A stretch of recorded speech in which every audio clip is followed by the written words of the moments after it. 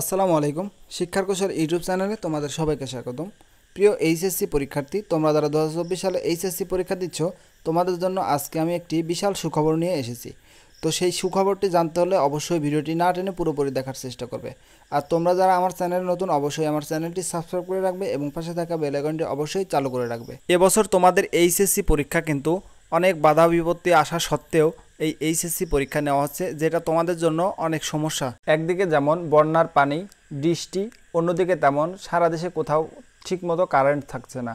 আবার তোমাদের কিন্তু সিলেবাসও কমপ্লিট হয়নি, মাত্র 15 মাস ক্লাস নেওয়ার পরে তোমাদের কিন্তু পরীক্ষা নেওয়া হচ্ছে। এই নানান সমস্যার মধ্যে যেহেতু তোমাদের পরীক্ষা নেওয়া হচ্ছে, এটা কিন্তু তোমাদের জন্য একটি সমস্যা। তো শিক্ষামন্ত্রী কিন্তু তোমাদের এই সমস্যার কথা চিন্তা করেনি।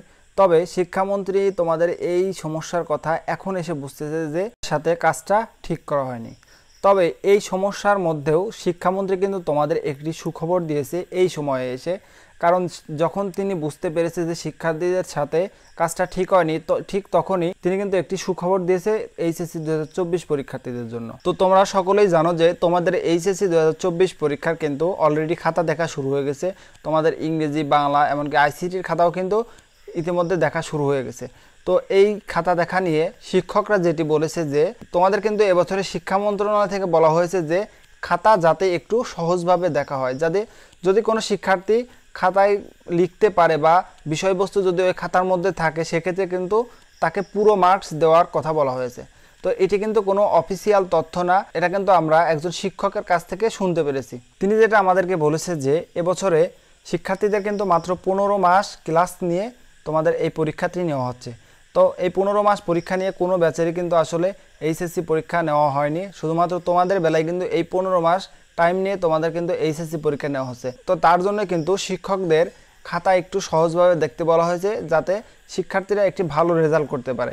তো এই সময় যদি তোমরা খারাপ রেজাল্ট করো, সেক্ষেত্রে কিন্তু অভিভাবকরা এবং তোমরাও কিন্তু অনেকেই শিক্ষা মন্ত্রণালয়ের কাছে কিন্তু তোমরা জবাবদিহিতা চাইবে। তো সেক্ষেত্রেই যাতে তোমাদের কাছে কোনো জবাবদিহিতা না দেওয়া লাগে, সেজন্য কিন্তু তোমাদের এই ভালো একটি রেজাল্টের জন্য কিন্তু শিক্ষা মন্ত্রণালয় থেকে বলা হয়েছে যে যাতে যদি কোনো শিক্ষার্থী খাতায় কোনো বিষয়বস্তু লেখে বা ওই বিষয়বস্তু সম্পর্কে যদি খাতায় থাকে, অবশ্যই তাকে মার্কস দেওয়ার জন্য। তো গত বছরের কিন্তু শিক্ষামন্ত্রী, এই যে নতুন শিক্ষামন্ত্রী তিনি ছিল না।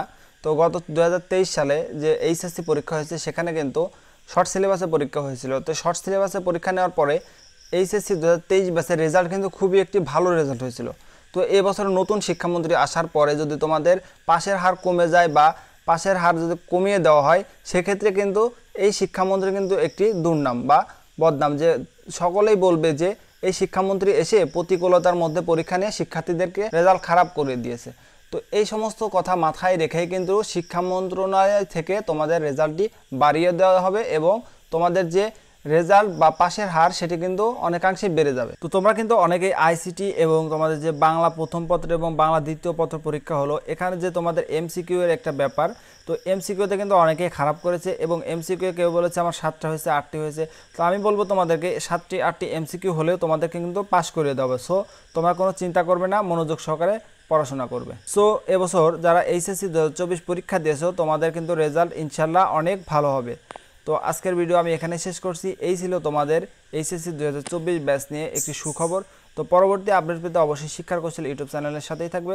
আর তোমরা যারা আমার চ্যানেলে নতুন, অবশ্যই আমার চ্যানেলটি সাবস্ক্রাইব করে দেবে। আর ভিডিওটি যদি তোমার ভালো লেগে থাকে, অবশ্যই তোমার বন্ধুদের মাঝে ভিডিওটি শেয়ার করে দেবে এবং ভিডিওতে একটি লাইক কমেন্ট করে দেবে।